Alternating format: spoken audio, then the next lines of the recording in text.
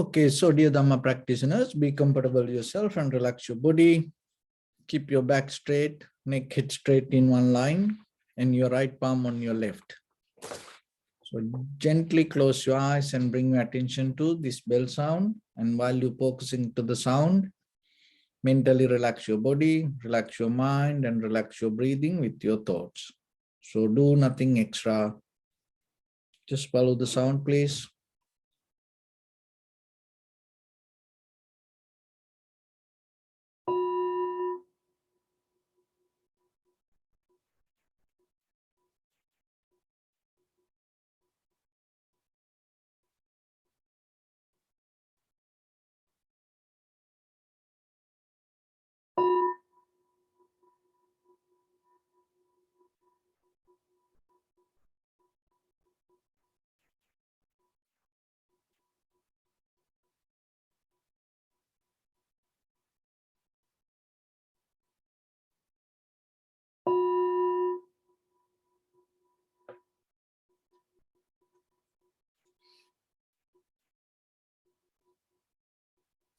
Namo tassa bhagavato arahato samma sambuddhassa. Namo tassa bhagavato arahato samma sambuddhassa. Namo tassa bhagavato arahato samma sambuddhassa. Homage to the Blessed One, the Exalted One, the fully enlightened One. So, dear Dhamma practitioners, before we start our practice session, we'll take few minutes to understand this, how this practice can help for us to develop our spiritual practice and how it can bring more wisdom to yourself. Because that clarity that you develop regarding the path will help for you to gain more result. And when it comes to this practice, this all we call as Dharma. So when it comes to Dharma, there are many meanings. Some people explain Dharma as this fundamental human nature and related to the Creator. And some explain Dharma as the law of nature. And that also sometimes based on different theories. And some explain Dharma as the teachings. So when it comes to the Buddha, that we call the Buddha Dharma, so what the Buddha taught is our Dharma. And that is a kind of like a teachings. But here, through the practice, what the Dharma that you understand. So the very basic meaning of Dharma out of this all, the ground that you hold, the what you hold in you is your Dharma. And how you became like this, how that whatever the things that, the mind that you brought you to this level is your Dharma. Another way, the ground of being, the ground you hold it to. Another way, that your existence, your life itself, your Dharma. So when it comes to that, then what we need to understand, Some told the existence came first and the experience happened later, or the object come later. Subject come first and the object appear later. And some teachings told the object is already there, appeared before, and the subject come later.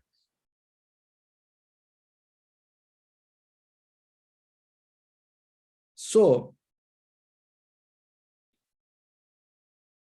the experience already there. When the experiencer enter to that, he perceive it. But here that your life itself, if you look very carefully, there is nothing going to be first. So the subject and object both happening together. So this is what that make your life happen. So whatever you see, and that seeing itself create the experiencer. So it's a kind of like a moment by moment, moment by moment, developing and happening as a paradigm shift. It's in everywhere. It is just not only that in our mind. If you look at subjects, science, technology, politics, environment, economy, this everything the same.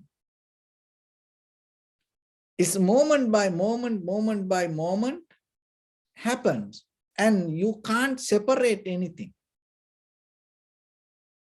as that the entities. There are no entities. These all the activities. So moment by moment developing. So our purpose is understanding the Dharma means you're not going to bring any kind of knowledge from outside. So understanding Dharma means what? When you able to recognize the method of the subject and object experience, and the experience and existence, relationship, that is what understanding Dharma, that is what understanding nature. So then our purpose is not just recognizing ourselves, because you are not separate from outside world. You are the very result of the outside world. The world itself result of you.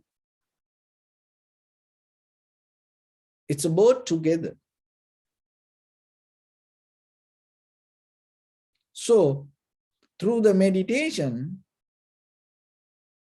we deeply try to get into this core existence and happening, and try to understand ourselves. How this subject and object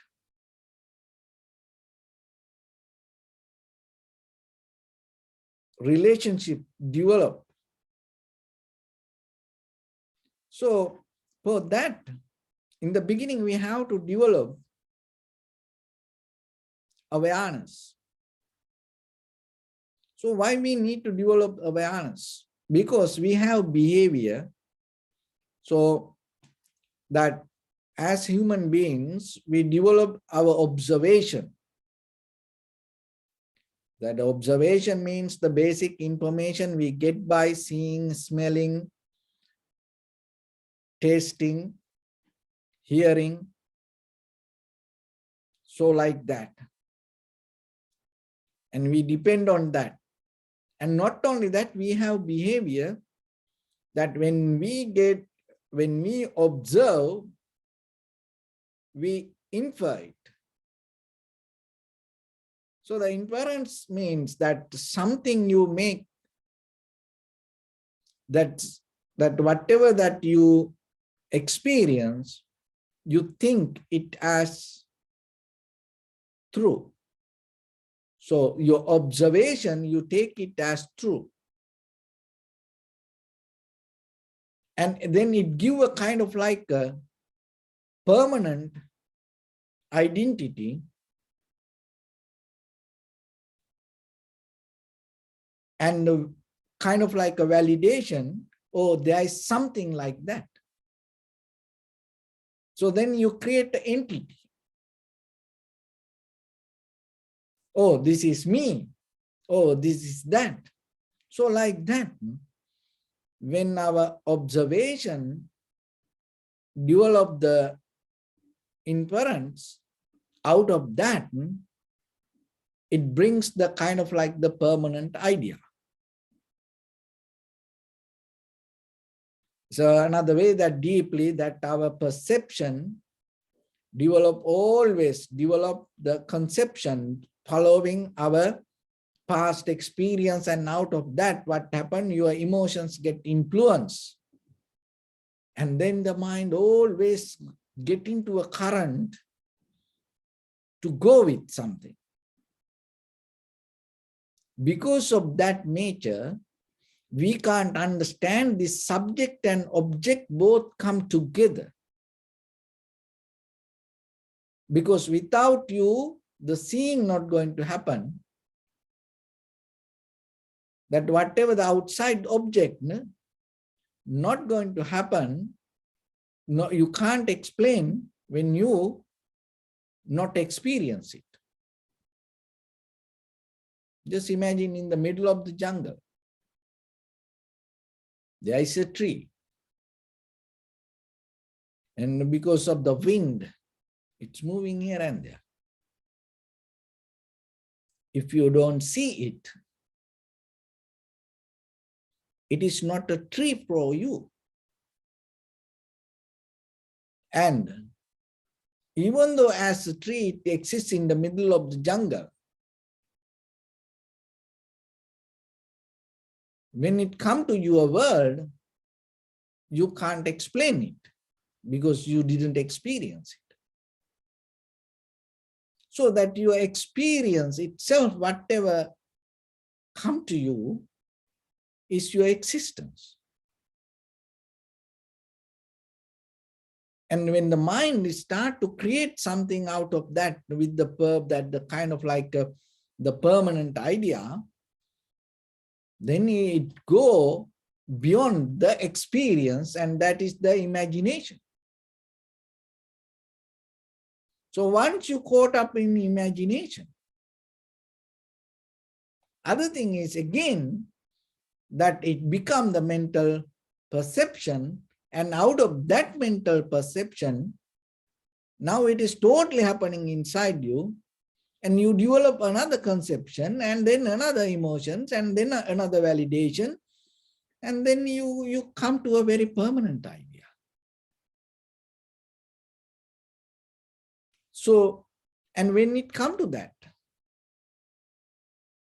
we develop that when it comes to the society, what happens, when the mental ideas come, and then out of that you develop a bodily, verbally, mental actions. So now you want to make a social validation because it was not in the society.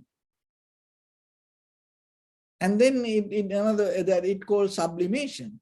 So the sublimations means that socially unacceptable activities you develop as a social accepted activity. That is the one called that become matured. So, and look in it, 100 years back, if we look our life, we didn't have many crazy things like today. But that lot of crazy things Now it become new normal to the world, and then and the society take it as a development. So when it comes to that, it's mostly not the reality, it is just the ideas. So people caught up on ideas and bring kind of like a validation and bring it to the society, and out of the society it build up the culture and then get the validation, and day by day, day by day, day by day, it become new and it go forward, it grow, but it grow with the foundation of imagination. That is the danger. It grow with the ideas. When you grow with the ideas, again and again and again, culture, tradition, studies, this everything going to feedback and bring it and feed to your brain. What happens? You say, oh, I want to learn this now. I want to learn this now. And you go and learn it. You go and learn it. And you think that learning something is as wisdom or the Dharma, but you miss the real Dharma. What is the real Dharma? How you experience the world as a person. Have you ever thought about it? When you see something, you can say, oh, I saw it. So how the subject and object integrate? How the experience and the experiencer happens? So when you eat and you feel in a certain level, you feel, oh, I'm full. Have you ever thought that how that the food, it's from outside, and once you intake, your mental condition, as you felt like the discomfort because of the hunger came out of your physical condition and disappeared. So the hunger is create a kind of like emotions to express in a certain way, but once the material things react to it, and it disappears. And maybe once you bring something or somebody brought something and put it to refrigerate and you saw it, and maybe in the middle of the night you're sleeping and you start to see it. I want to go and eat it. And how that emotion drive that material things. So that emotional drive and the material is not two different things, because that experience, that happening itself, your life. So how it happens? And why it happens? When something is, you put it to the refrigerator, or maybe the cookies, candy, oh, so it is there. Why that you start to respond to it? Or maybe couple of beers or the wine,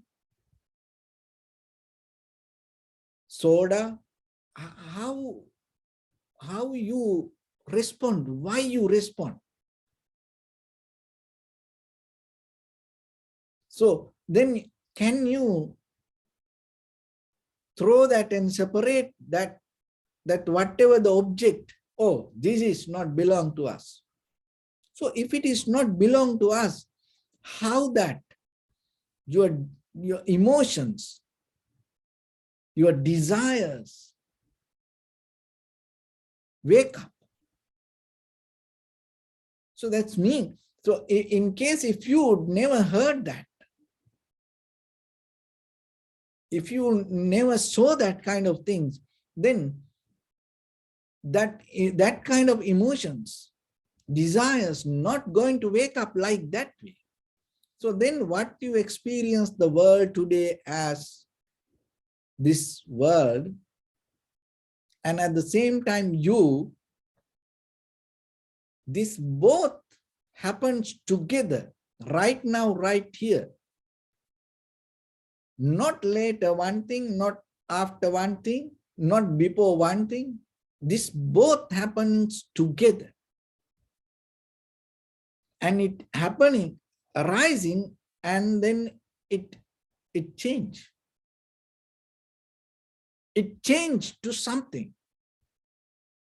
So this keep happening. This is you. This is your existence. And this happening, even the body disappear, that the power of the mind, because the main drive force is our desires, it keep happening. It keep happening.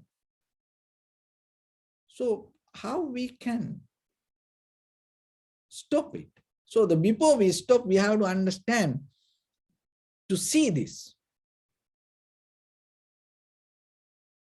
So seeing that yourself, how you experience this. So that is Dharma. Understanding that is Dharma. And once you understand that, you recognize this, the base, the main point is the mind. And we have misunderstanding regarding mind most of time. We think the mind has nature always to go away from us. But the mind, the true nature of the mind is to come back. Stay inside you. Settle down. Your tranquility state is the true nature. That's why you can achieve to samadhi. Otherwise, if the mind is the true nature, how you can achieve to samadhi? As ultimate result in tranquility meditation. Because you're not going to, as a separate entity, and fight back and bring the mind and hold and tight it to something. No. So when the mind, when you settle down yourself, when allow everything to happen as it is, then the mind going to settle down inside. So that means the true nature of the mind not going out. So the true nature of the mind settle down.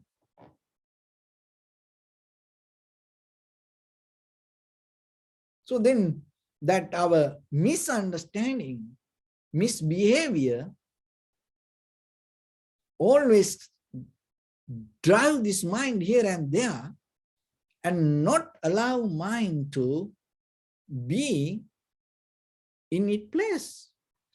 Not even the mind, so that we have the behavior.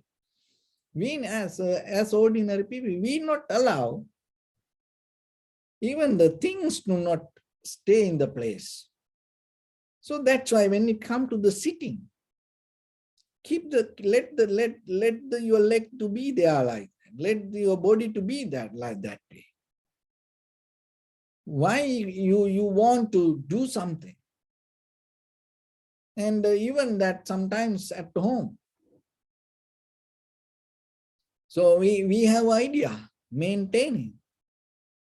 We don't want to allow a tree to grow as a tree. When you become a gardener, you take authority. Oh, you take the ownership. That's why when you have a garden in California, it's a kind of like a privilege for you. Oh, I have a garden.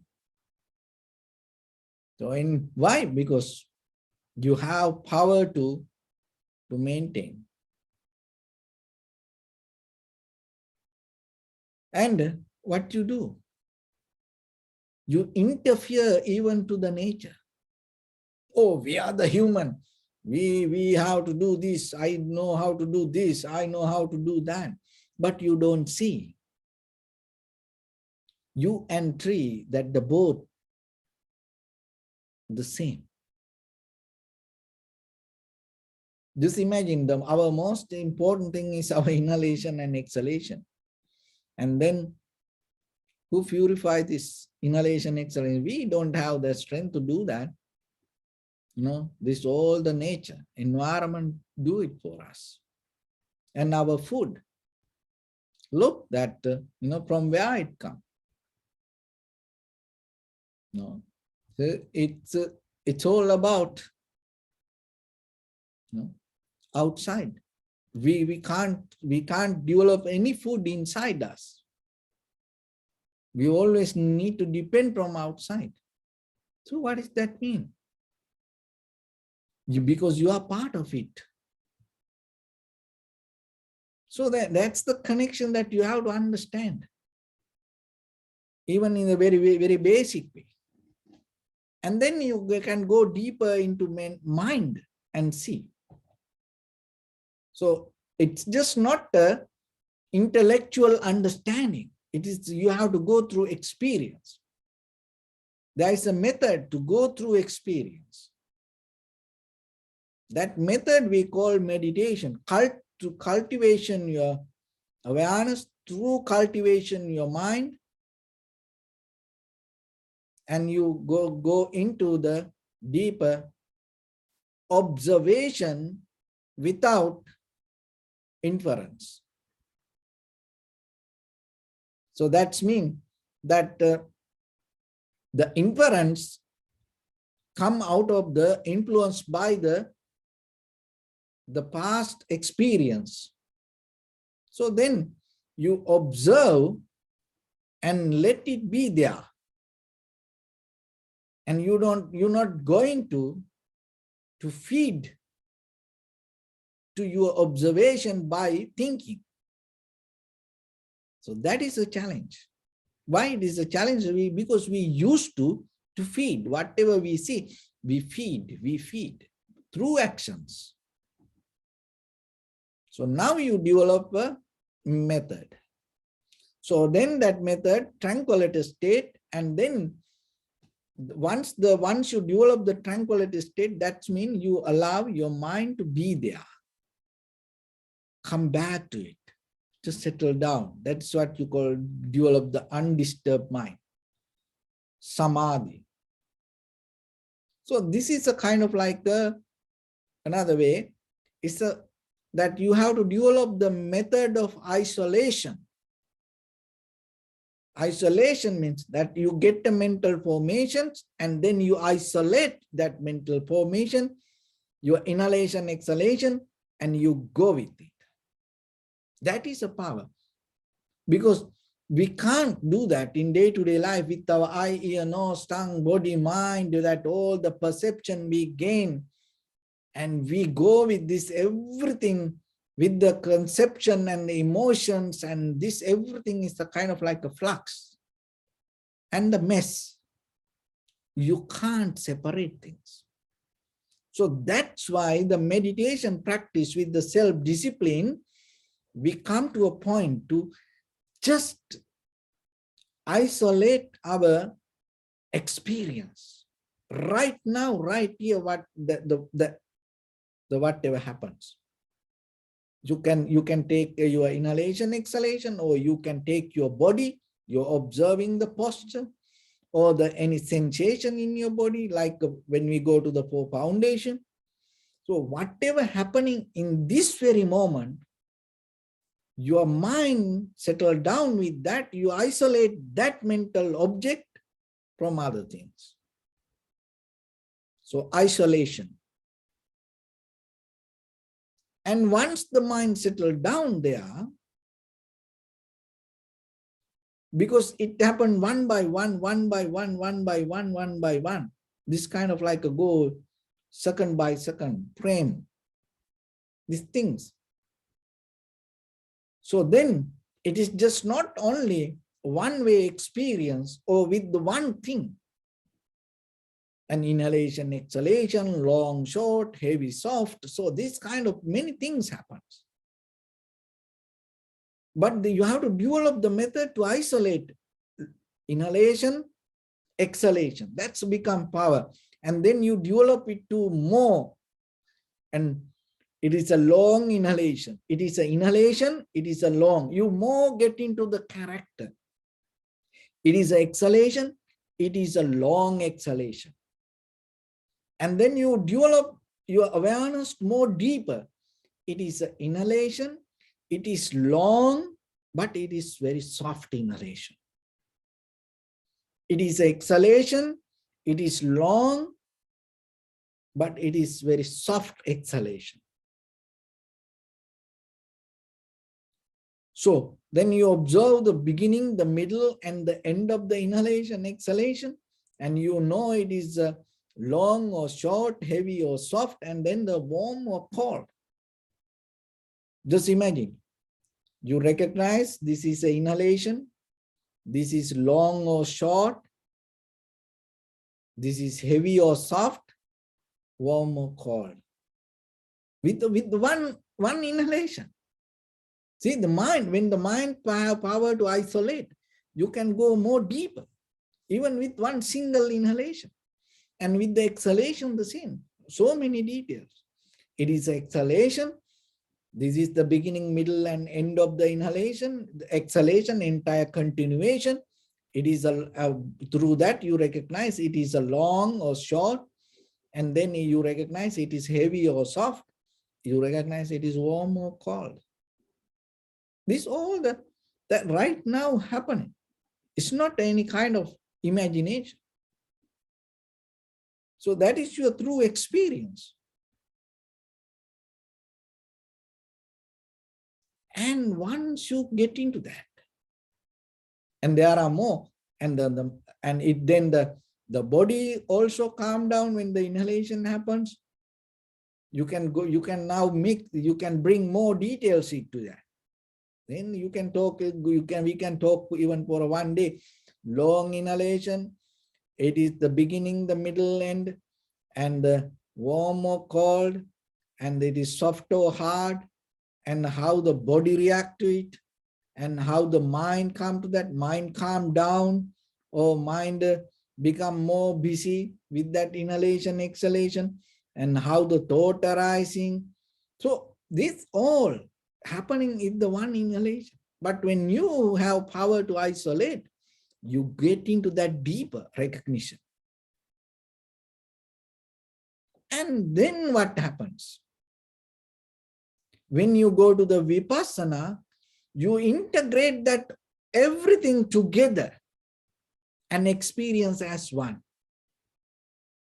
So tranquility meditation is isolating, go part by part, one by one, not mixing each other.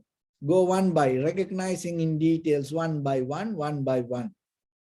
And when it go to the vipassana, you develop very vigorous and the strong observation, thoroughly, deeply observe and experience and recognize this everything together.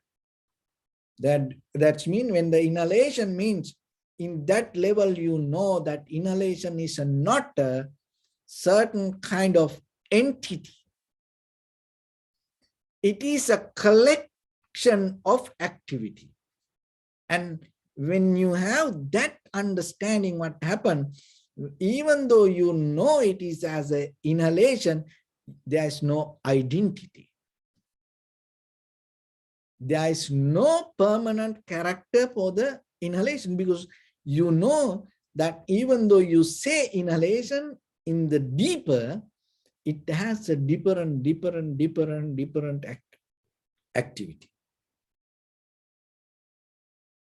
So once you experience it with even one single moment of experience with the body and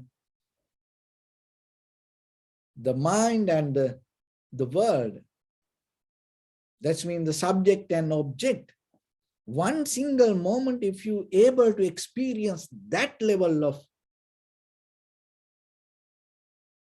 integration,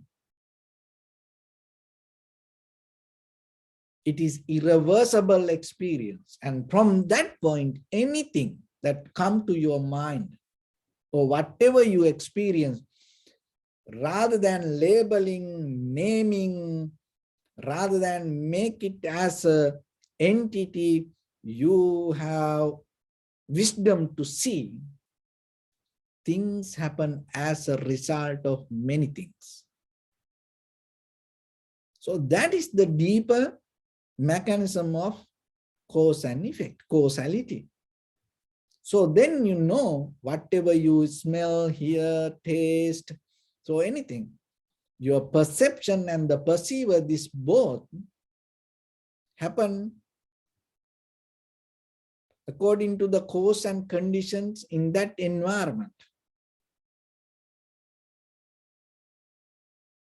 And that will bring the wisdom to understand how things come to be as they are. So that is what another way to call the Dharma. So Dharma means what? Your existence.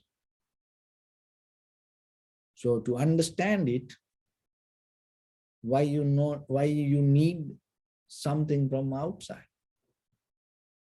So then what you need to do? You have to look into yourself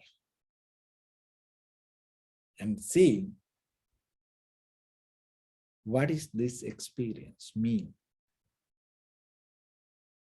And when it comes to that, you can't say it with the self-centered view.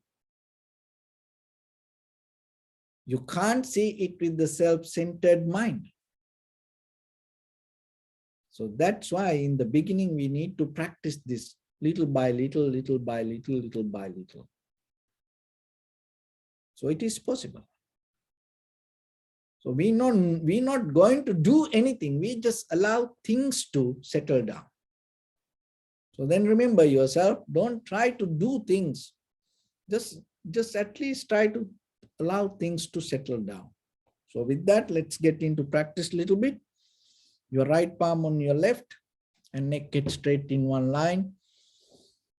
So be comfortable with your posture and bring your attention to your body, please.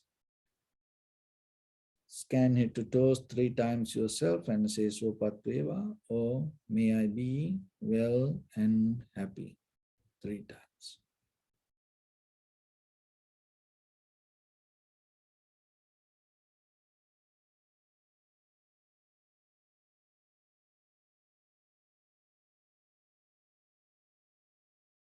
Take a moment and think. We gathered here in this moment to practice this ancient meditation technique. All the Buddhas, all the enlightened masters followed this path and achieved wisdom. So we also gathered here to accumulate that knowledge. In this moment with this sitting, may my body become more comfortable. May my breath be more smooth. May no difficulties come to me. May all the success come to me. Also think for a moment. This is the last moment we're spending in this very lifetime.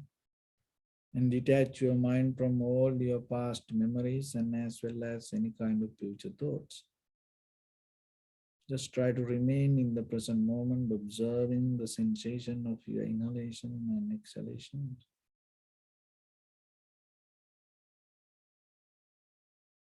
So in the beginning, deeply and gently, breathe out 3 times and find the sensation, please.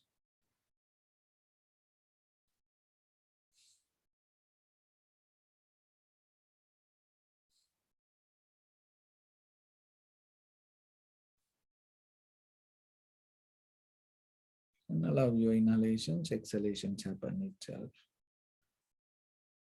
Through the sensation, recognize it, do nothing extra.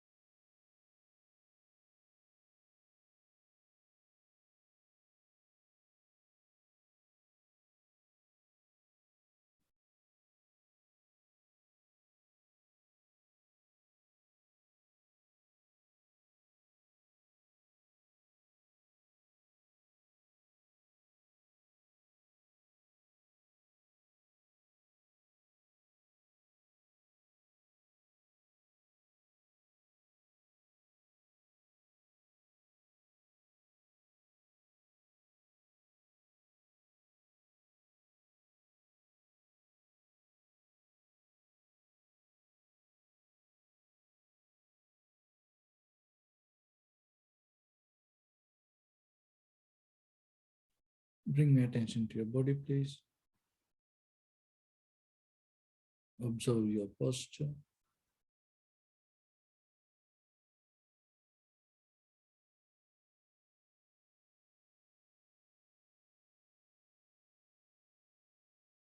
We cultivate loving kindness and compassion in our heart and radiate it as a light through entire your compound, village, city, state, country, world, around this universe.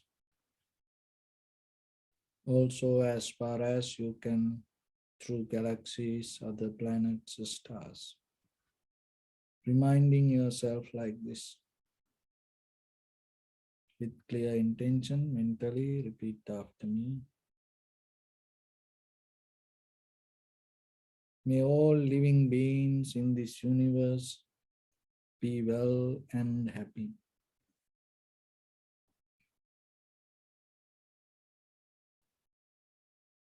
May everyone be happy and safe, and may their hearts be filled with joy.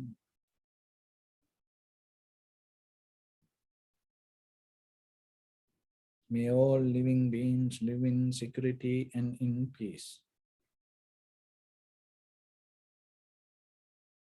Beings who are frail or strong, tall or short, big or small, visible or not visible, near or far away.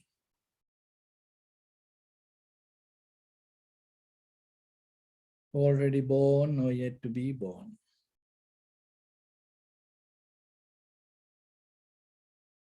May all of them dwell in perfect tranquility.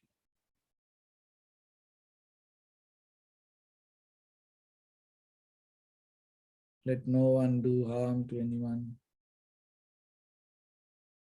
Let no one put the life of anyone in danger. Let no one out of anger or ill will wish anyone any harm.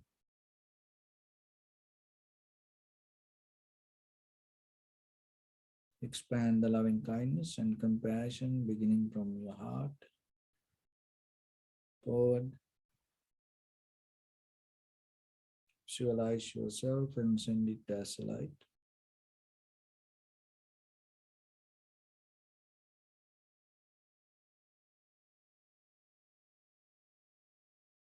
To your backside.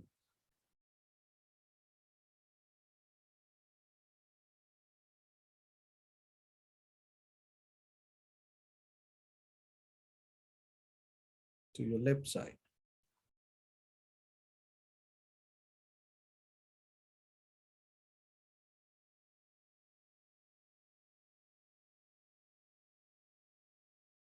And to your right side.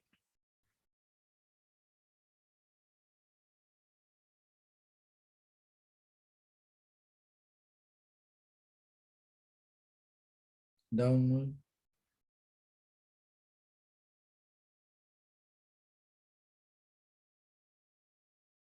And upward.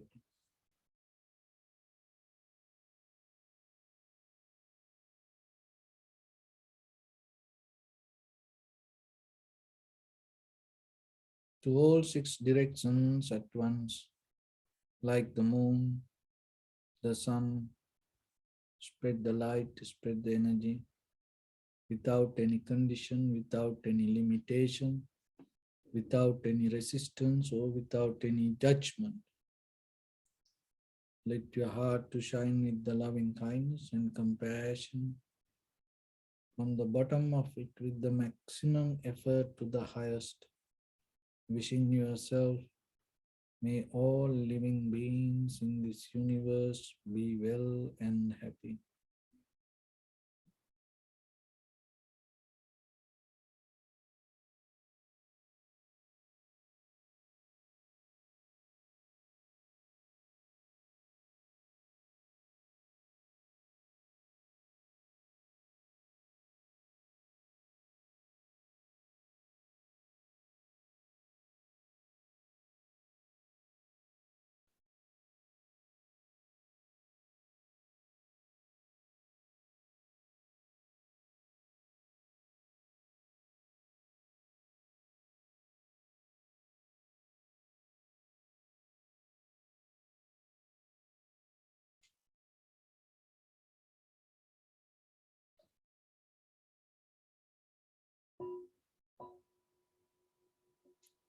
Say sadhu, sadhu, sadhu.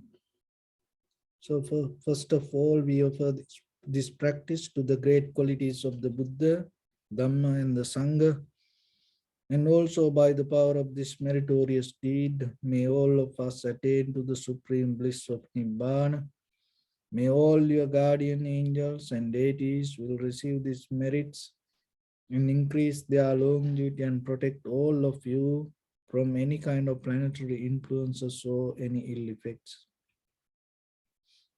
Ittavata chamni sampadam punya sampadam sabbe deva numodantu sabba sampatti siddhya sabbe bhuta numodantu sabba sampatti siddhya sabbe satta numodantu sabba sampatti siddhya imaya dhammanu dhamma patipattiya buddham pujemi Dhammang pujemi sanghang pujemi attaya imaya patipattiya jati jara vyadhi maranam ha paribunjissami idam me punya kammang asavakkaya vahang hotu sabba dukkha pamuncatu. Bless you.